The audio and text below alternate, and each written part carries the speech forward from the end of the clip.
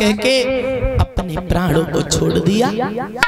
आज वह मैया जो थी अपे लला को वह मैया ने घुटुअन पर रखे और बिलक बिलक के रोने लगी, बेटा एक तुम ही तो मेरे सहारे थे और तुम भी मुझे छोड़ के चले गए। वैसे दुनिया में महाराज दुख बहुत है, लेकिन वैसे तो दुख बहुत है, बड़े दुख जारे भूपारण भैया मरण पुत्र सो करना। दुनिया में बहुत दुख है, लेकिन सबसे बड़ा अगर कोई दुख है, अगर कहूँ मैया को एक लला हो या बहु खत्म हो जाए, वो तो तारा से पूछो। वैसे भी अपने आप से देखो, घर में अगर 4 पुत्र होते ना, अगर एक पुत्र खत्म हो जाता है तो मैया के दिल पर क्या गुजरती है ये तो माँ ही जानती है। मैया अब आप सोचो, जब घर में कोई खत्म हो जाता है तो हजारों छुपाने वाले होते हैं आपको, लेकिन वन में फूल बाग में मैया के पास में कोई नहीं, अकेली मैया वो उनका मरा हुआ पुत्र घुटुअन पे सिर रख लो मैया, रो रही आंखों से आंसू, गालों से लकीर बनाते हुए जमीन में समा रहे थे। बेटा लाला तेरे सारे मैंने क्या क्या नहीं किया बेटा। मैया रो रही है, बेटा जेठल पटकी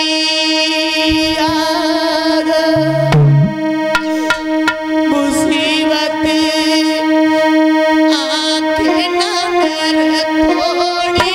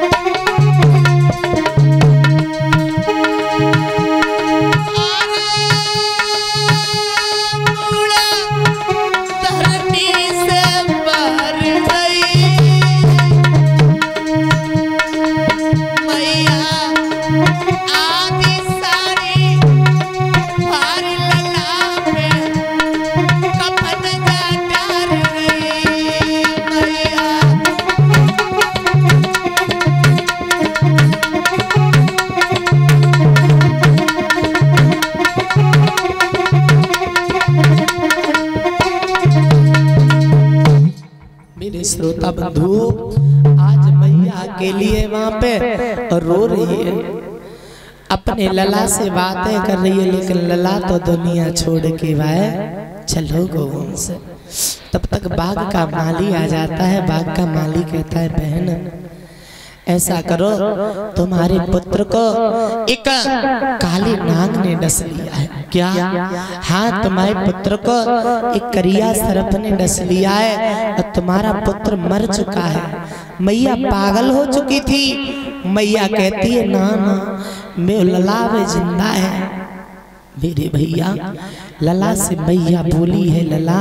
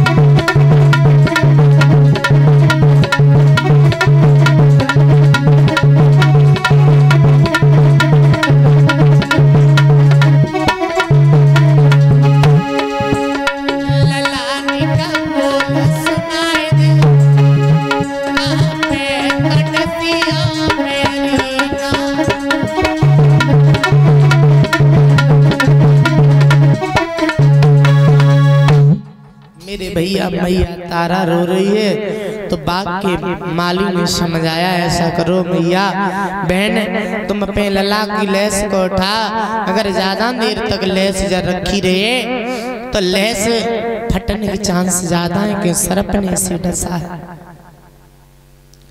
आज मैया तारा ने इतनी बात सुनी है तो मैया तारा कहने लगी भैया मेरा लला मरा नहीं है।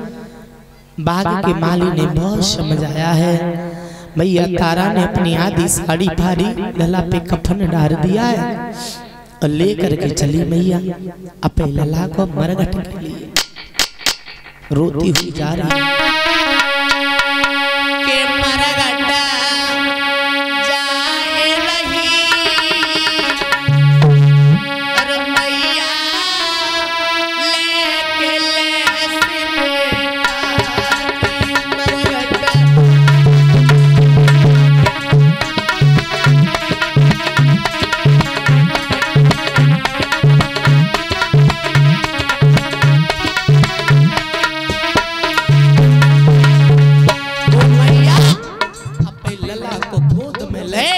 श्रोता बंधुओं ध्यान रखना, बम्बैया के कलेजा पे कहा है।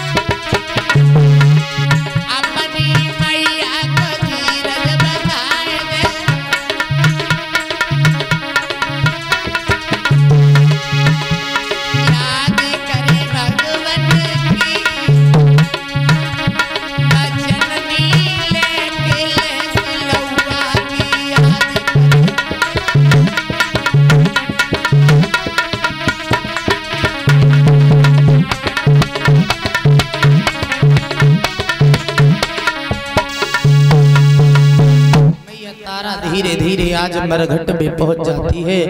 हरिश्चंद्र ने देखा है रानी तारा और पुत्री किनका है। बोले आप महाराज आप यहाँ? हाँ रानी, उस दिन आपने घड़ा नहीं उठवाया, उसी दिन से हमारी किस्मत खराब है। उसी दिन से हम मरघट का काम कर रहे हैं। लेकिन ये पुत्र किसका है? रानी तारा ने कहा महाराज ये पुत्र हमारा ही, मतलब रोहितास है। क्या? हाँ, जैसे रोहितास के मुंह से कफन हटाओ हरिश्चंद्र बेहोश हो जाते हैं। थोड़ी देर बाद महाराज को होश आया।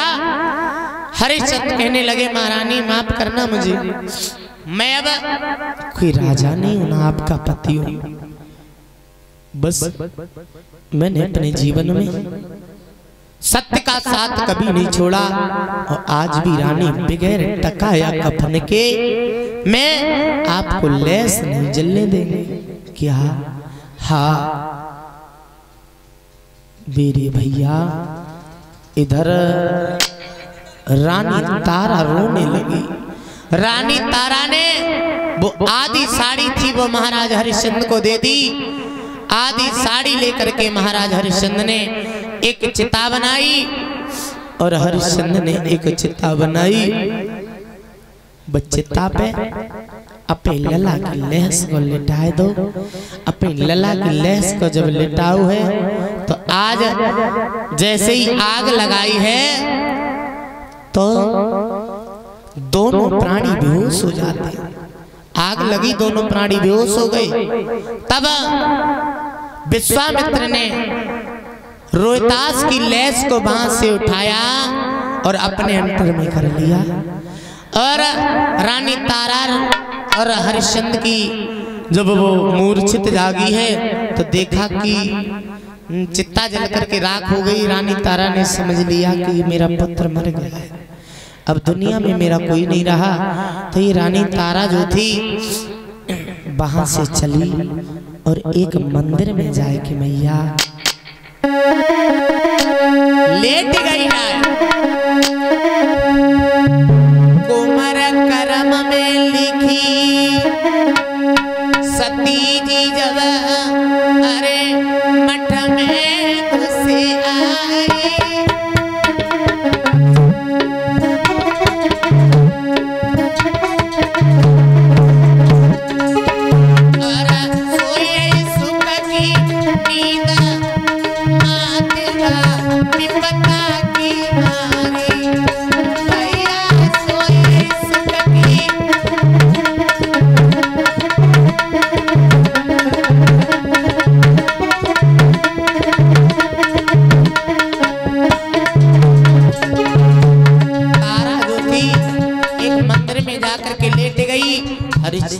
विश्वामित्र ने कहा तारा चिंता मत करो आप। आए मुनि ने आए करी चोरी तो एक बालक ले चुराए ललन की कछु उम्र थोड़ी तो